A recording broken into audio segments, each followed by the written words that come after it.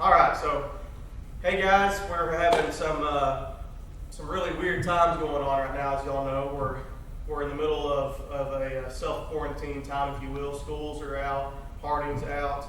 People are being told to stay at home whenever they can. So this week we kind of wanted to do something a little different. Instead of just me or Drake or somebody standing up in front of a camera and talking to the kids, they get tired of that. I feel like they would do pretty good with hearing other perspectives. You know, we've got Tony Holder. Tony, how old are you? Hello. Oh, how old? Yeah. Oh, I am 54. Okay, so we got a older guy, not too old, but still old enough. He's been here. He's done this whole game. So Tori, y'all know Tori from Sunday school. Tori, say hi. Hi. And then we've got Caleb Kimbrough here. He is one of your peers, one of your classmates. So say hi, Caleb. Hi, Caleb. All right.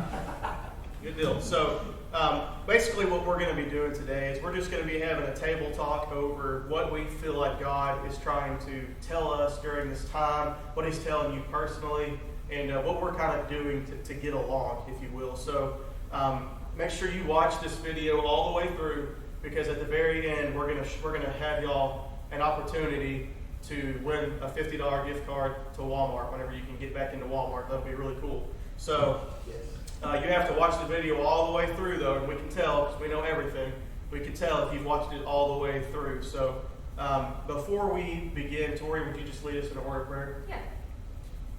Dear Heavenly Father, God, I just thank you so much for everything that you've done for us. God, I thank you for the blessings that we overlook every single day. And Lord, I just pray right now that you continue to show us that you are sovereign and that you're on your throne and that nothing surprises you.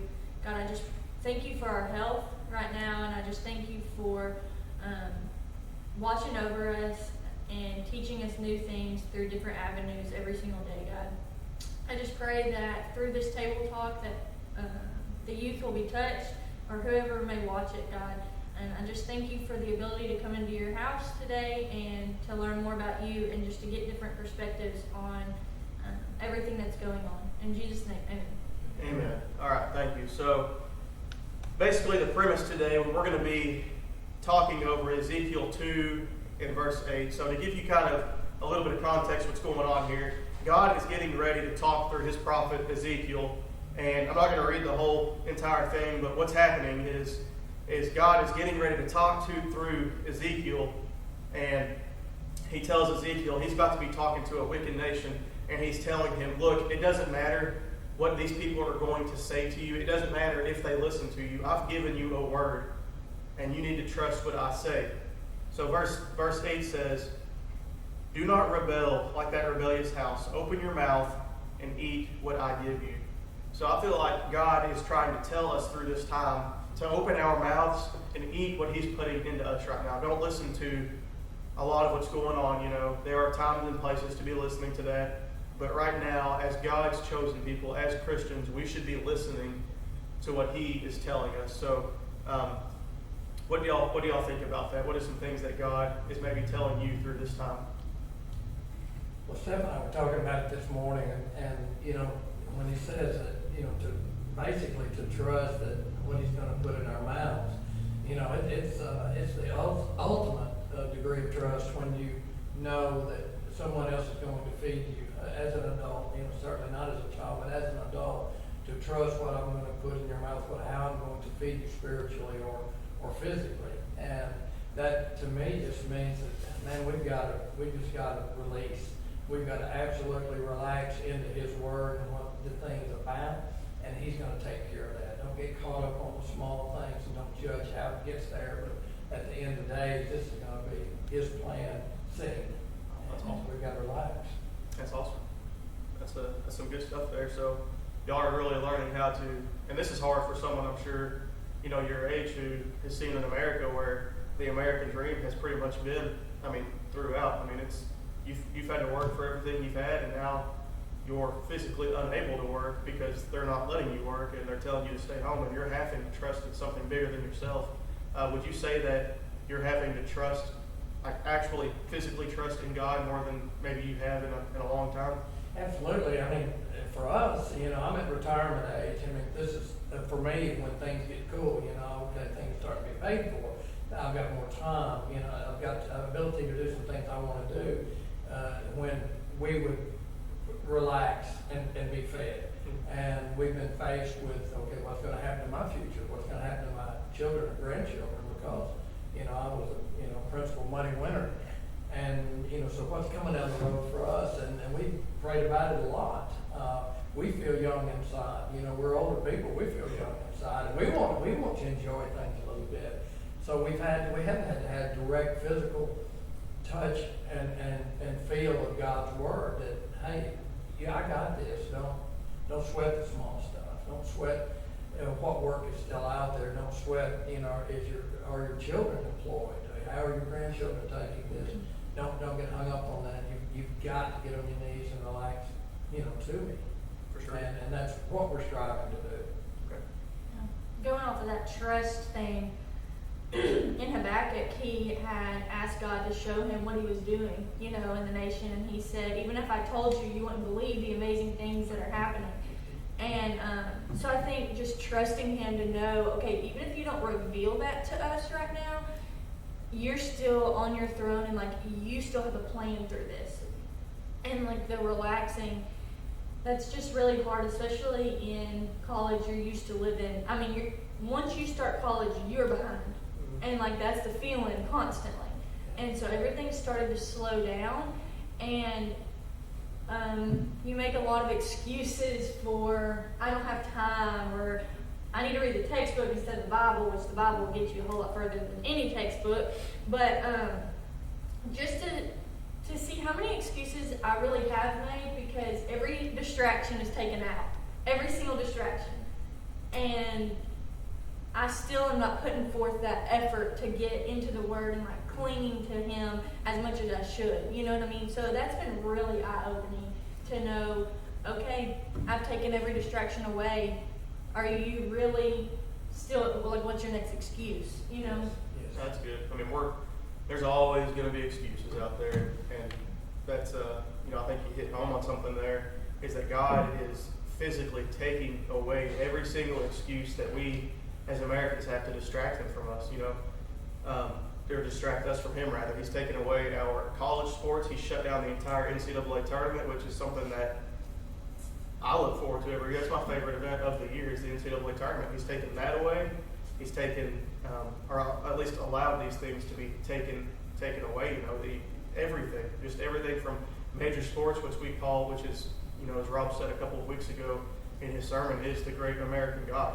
Because you can look and you know, in the past, there is a sporting event going on all the time, and we've even had some, you know, teenage girls who are really, really good at softball, like really good. Like Riverview really needed them this year, but they got burnt out and they got tired of it because they spent so much time in that. Like they treated that like it was going out of style or something. And I feel like, you know, you hit something really good there where God is allowed. I don't necessarily know if He took this away from us, if He's put this on us to make us learn something. But like you said in Habakkuk, it says that, you know, it doesn't matter if I told you that or not. It's not about that. God is sovereign. He's in control. It's not important why this is going on, but what we do with it. Right. So, what do y'all think of that? I just feel like it's not necessarily about changing the circumstances, it's about changing you in that circumstance. So, like, just asking God, okay, like, mold me in this. You don't have to change it. I mean, that's His will. You don't have to change it, but mold me into who you want me to be through this avenue. Yeah, I'm one of the worst guys in the world to get into the Word. I mean, the worst. My wife's the best. I'm the worst. One thing that this has done is, because I've been forced into have more snippets of time, that I've been able to take little bitty bites. I know Caleb knows, you know, especially at his age, that there's so much going on, and that you just, man, to pick it up and, you know, the I'm going to read a chapter a day thing sounds great, except nobody practices that. You know, for me to get a verse a week is probably huge, but if I pray on pulling out of that verse what is life-giving milk for me, I think that's a big deal, and I think it's the beginning of the road to staying in the Word more. For sure. And this is not a non-controlled environment we're in right now. I think very good point. Like, God's in control still. Just because we're seeing things in a different aspect over here, Christians have been going through far worse persecution and far worse circumstances for the last 2,000 years, you know. And we have been such a blessed place where we've not had to go through anything like this. And in my life, or I don't know about your life, but you know, there's not been just a lot that's gone on like this. And this is the first time that I can ever remember where we've shut everything down out of, I'm not going to say fear, because I don't necessarily think that everything's shutting down out of fear, but out of respect and out of a responsibility to you know, protect everyone. So He must put us on the same plane too, and not to interrupt, but the thing about Caleb, you know, we were talking before it starts, like, man, what do you say, what do you do? And it's so weird, because I am 64 years old, and I have seen 3 or 4 major events in my life, you know, that would, you know, tend to shake up the community for a moment or two, but nothing, this is unprecedented. You know, you and I as humans, even though we're on each end of the scale, we're in exactly the same place on this. We're thinking the same things, other than our own different groups that we hang with. I've never seen anything like this. And so, no matter what old guys might want to tell young guys, you know, that old guys have a tendency to try to tell young guys stuff. And very seldom the young guys want to hear that stuff. But the thing you can take, you know, I guess you can put a credence in, is that nobody out there walking the streets right now has a bit more information about this than you do, nor are their hearts any better prepared for it than yours are. We're in exactly the same place. What you got anything to add, Caleb? Well, me as a younger person, this doesn't affect me in like the working side of things, because I'm not old enough to have a job yet. But as of going to school and seeing my friends every day and just being a person in society that's kind of gone to a stop, and I haven't been able to communicate with my friends as much, I mean, other than through the phone, which is probably not a good thing. And so, I mean, it hasn't affected me that much, but everyone gets bored staying at home all day and not be able to go out and do stuff and interact in the community, and that's kind of, I mean, I feed off of others. I like to be around other people, and I can't really do that now. Right. But something that we need to take the time to do as the younger people in the society, we need to be there for our friends in this time. If it's personally affected them, we need to talk to each other. And I think this is a test from God that, I mean, are we going to follow what everyone else is? Are we going to fear and run away like everyone else? Or are we going to stop and just take a second and realize that God is in control here, and that whatever He wants to happen is going to happen? That's right. That's good, man. Good stuff from a young guy. Yes. You're absolutely right. Let me ask you this. You play baseball, so how is this? Has this canceled your season already? Is your season been canceled? Yes. All right. So kind of talk on that for a minute. How do you and the softball players and the soccer players, and you know, you're not a senior. What year are you? Sophomore. So what? How do you feel? And have you talked to any of your senior friends who never even got to play their last game without even knowing it? Have you got to talk to any of them? I have. I think they're taking it okay, but obviously that's not how anyone wanted to go out. Sure. And a lot of guys are just wishing that they would have known that, like, all right, this is the last game that I'm going to play. I need to put it all out there. And, man, of course, most seniors, they're having the time right now where they're talking like, I just wish I had one more inning. And that's understandable, because, I mean, if I was a senior, I'd be broken. Yeah. And that is such a great statement, because you can take that, in my mind, you can take that and apply it to life, and certainly life within Christ, because one thing so aggravating about humans is, why in the world do we not treat everything we do like it's the last game? And I grew up playing baseball. It's all I thought about. It's all I ever thought about. And when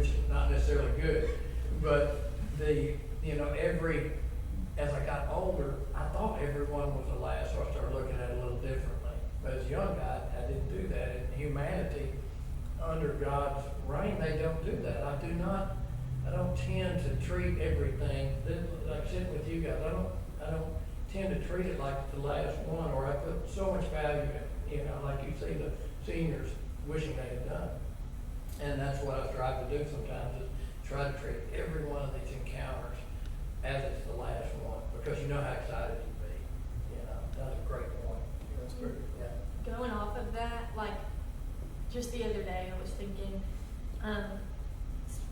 taking it as your last, you know, and I thought of how Rob talked about a couple of weeks ago, it's probably more than a couple of weeks ago, but he was talking about just the lost, you know, and being so focused on reaching the lost. And I guess it was yesterday, and I was sitting there thinking, wow, like, what if this is the end times, you know? And I'm thinking selfishly about that, and then I think, oh my goodness, like, I'm secured eternally. Like, I know. Yeah. Why am I not, like, that totally changed my focus to think, okay, what about these people that don't know? Like, I have family members that have stated, my faith goes right here. And that doesn't make me a bad person, but that's just my faith. And I think, okay, this is not just the end for me, this is the end for everyone. This is the end for the lost people in my family that I'm doing nothing about. This is the end for who's your one, the person that we're praying for. And like, their eternity could ride on our prayer life, you know? And that was heavy for me.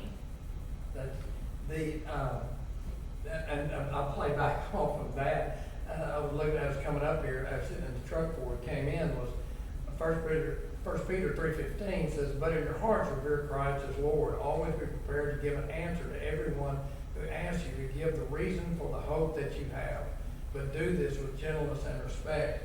Man, I think that is a decree that we're under right now too, as any age, guys, is the approach, is that regular thing, you know, is, you know, the relative that's not saved, the guy on the street, you know, this is mine and your last day at the table, what do we do? And you see that poor, wretched person, or somebody that just doesn't look right, looks like they got trouble, you know, you young guys, I know we're you know, attending to the younger people today, but man, you young guys have, for a guy my age, when one of y'all know how I am about the young guys, when one of y'all come through, y'all have the biggest chance opportunity to change another person's life.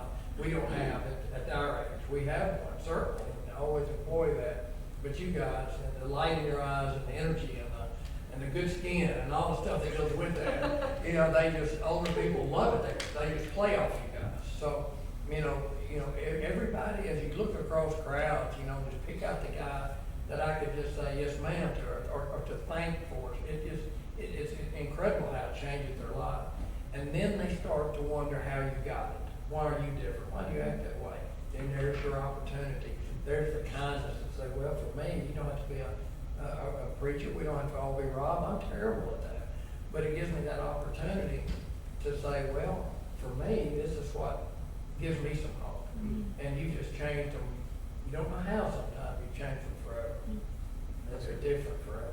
That's good. So kind of going off of that, Tori, like you said, we could be living in an end time. We don't know. And like you said in 1 Peter there, what are some other ways that Christians can live out their faith right now to show, like we've got the Facebook warriors and everyone who share things all the time about, you know, the hope they have in Jesus and everything. But what are some ways right now that we could truly show that hope that we have in Jesus to the non-believers? Because like you said, they're going to be, whether they're known or not, they're going to be looking for something to believe in at this time. So what are some ways that we can show them that this isn't just some club that we're a part of, but this is a life-changing and eternity-changing hope that we have? You cannot ask a lost person to act saved. You can't do it. Mm-hmm. So how we act and how we treat circumstances is how we stand out, just like you were talking about. And I feel like a lost person or a saved person, either one, we're both going through the same situation. It's how we handle it. And so, just like Rob was saying on Sunday, we can say faith over fear all day long, but until they know what that faith is, that's pointless to them. Like they don't know why we're saying that. So we're gonna have to act that out. We're gonna have to explain to them and not just be like, oh, it's gonna be okay. Like we're gonna have to say, you know what? I might be nervous about this too, but even if I get it, like it's gonna be okay. Like I'm hoping for something to be shown to me through this. I don't know, not with those exact words, but I'm just saying. You know, that's right. It's all gonna be okay. And then the next thing out of your mouth, and I've seen you do it a million times, is here's why it's okay. That's what Christians don't do. Right. They just say it's gonna be okay. Well, every lost guy in the world says that to them. So they'll think nothing of it until you say, well, do you know why? And boy, it pricks up everybody's ears. It pricks mine up. Right. I want to hear what that why. For sure. You're Absolutely. You know. I personally think that, Rob talked on Sunday about the fear and stuff, and how fear is going to happen. And one of the examples that he gave was that, even Jesus had a fear whenever it said that he was in agony, whenever he knew good and well that he was about to be turned over to the authorities, whenever he knew that he was about to die on the cross. He was in fear and he was in agony. But what did he do?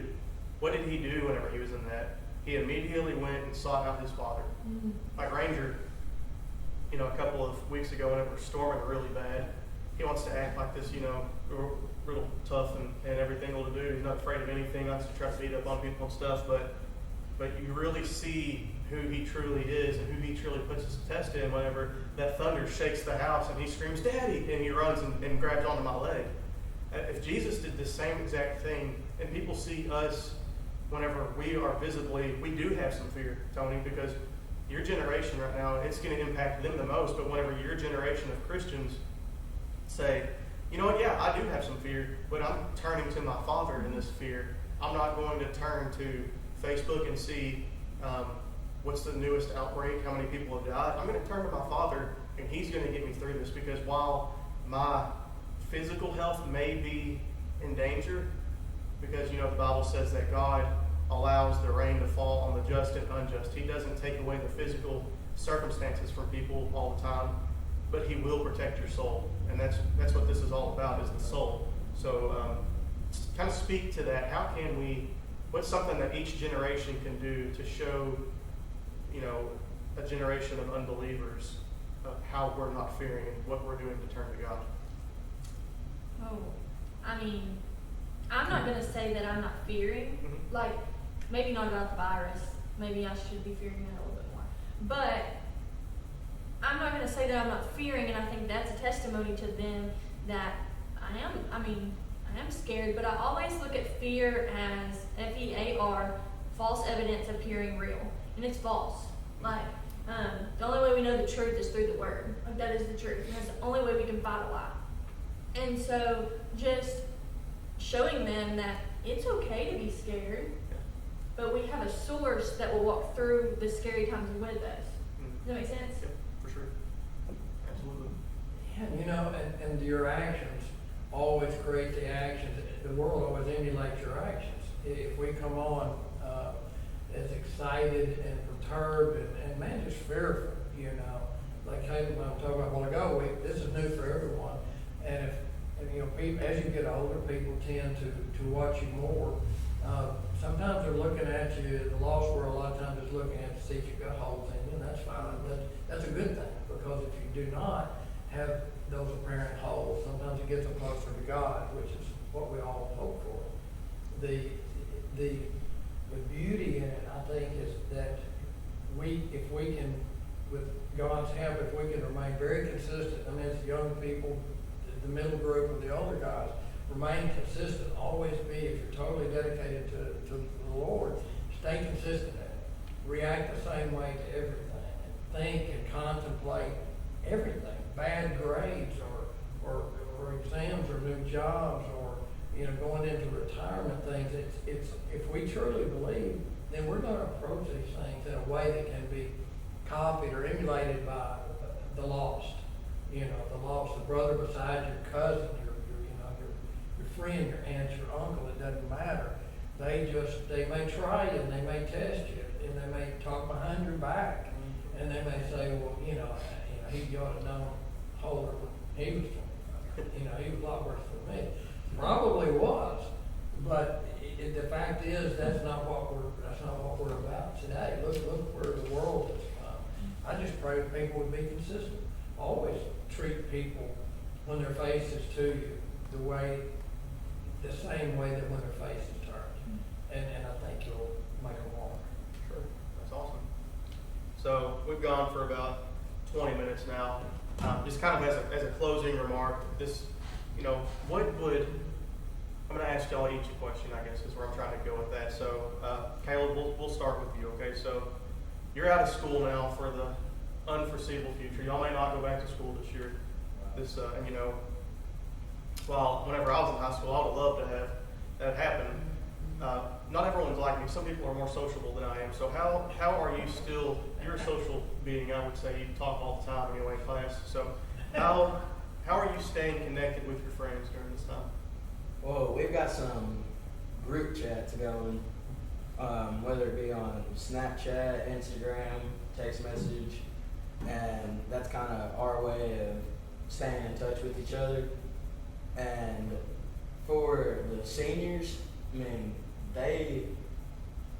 they're probably going to either go off to college or get a job after they graduate. And everyone has those two groups of friends. They have their real friends. Those are the people that they hang out with outside of school and interact with just away from school. And then you have the school friends, which you don't hang out with outside of school, but they're nice to be around in school. You like to have a conversation with them, and you just enjoy seeing them every week. And to those people, just stay in touch with your friends. It means more than what you think it does. Just by sending a message like, "Hey, how you doing?" And so just keep in touch with everyone. Text them every now and then, and just be a good friend to everyone. That's good, man. I feel like if you do that and you show them that you genuinely still care about them during this time, because I know, whenever you get a little bit older and you get out of school and you realize, man, I didn't have near as many friends as I thought I did. Like people quit calling you and stuff. Even whenever someone will just text you, it truly shows that they care about you, that they're still reaching out to you. And I think that would be a very good way for you students right now to even witness to each other. You don't have to include, a Bible verse in every single thing. Just show them that you care for them and that you love them, and that God loves them. So I think that's really good. Tori, so earlier you were talking about you like to be in community with everyone too. So how has the absence of community in this virus impacted you?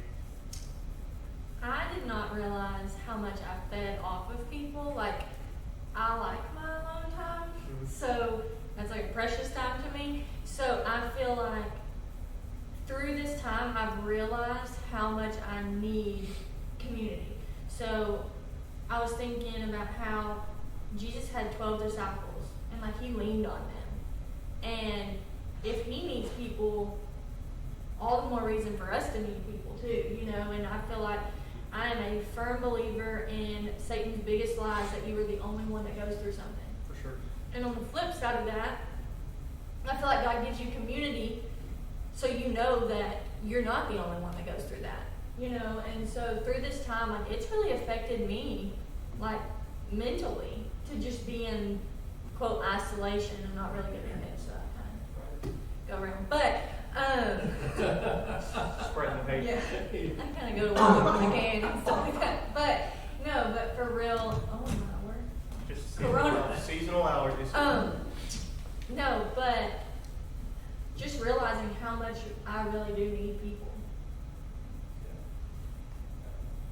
Okay, that's sorry. We're about to end, don't worry. I'm about to spread all my coronas. But Tony, that's why I sat furthest away from Tony. And you, Thank you. I'll die soon. he's strong, young man. He can handle it probably. I've already did. Yeah. Anyway, It's about That's right. so Tony, as an older guy, what's your advice to, I've been hitting you hard, I'm sorry. I'm sorry, it's okay. I know that because you can handle it. I can handle it. I work with some guys who, if you call them older guy, they're really gonna they're gonna stall up on you and slam the door. And it is what it is, baby. Things are not dead. I think Yeah. But what would your advice to the younger guys and the younger girls and your grandchildren? What would your advice to them? What would you do if you were them right now? Well, maybe I was thinking when we were talking before this started, I was thinking about the three grandsons, stair-step grandkids from 13 down to 3. And I think if I was to, trying not to separate, this is a big deal, but trying not to separate it too much from life, just normal day in, day out life. Okay, it's, Rob was using the analogy, who's your daddy, the other day in the sermon, to point out, is God in control? Is the person or the being that you trust the most and have always trusted the most and has seen with the most power, are they not still that person, no matter what the circumstances are? Circumstances should not change who we trust and depend on. So I guess if I was talking to my 3 boys lined up there, it would be, okay, this sounds like a big deal. I know they're talking about it in school. School stopped. All of you not being able to see your friends, that's a big deal. And that's something that would certainly affect me. It affects me in my day. I've got the same type of friends that you've got, and I've lost them too for a while. I'm at Walmart looking for a buddy. I'm looking for I'll meet you there. the guy behind the soda. Hey, what's your name? But I guess I would tell them to, hey guys, have you been able to trust me throughout? All the good days at the beach were all fine. It was all good. Now it's a little different situation. Trust. Don't freak out. Don't go crazy because somebody is going crazy, man. They're going crazy. They're the guy with 5,000 rolls of toilet paper and no stomach trouble. They're the guy. So trust the young guy. Trust the old guy. Trust the guy that is always in control and sees it for what it is because they're there anyway. And stay calm. Just don't overreact. Do the right thing. Keep your distance. Do what they say to do. They know more than we do. But after that, trust in what you know to be real. This is just another day under a different set of circumstances. Okay, good deal. So, we've talked a lot about trusting in God and not fearing, and just to kind of close this out, that's absolutely what we're called to do. But this generation, what I've found out about this generation of teens is that they are so disconnected from a lot of things because of social media and everything. Like, I'm sure y'all seen, there's been about 6,000 memes about coronavirus, and like, for instance, you guys know why nobody in Antarctica has the coronavirus, right? No. It's because they're all isolated. And then there's just stuff like that. You see that. Well, those are pretty funny. Those are pretty Scenes good. director. It's pretty good. Good dad joke.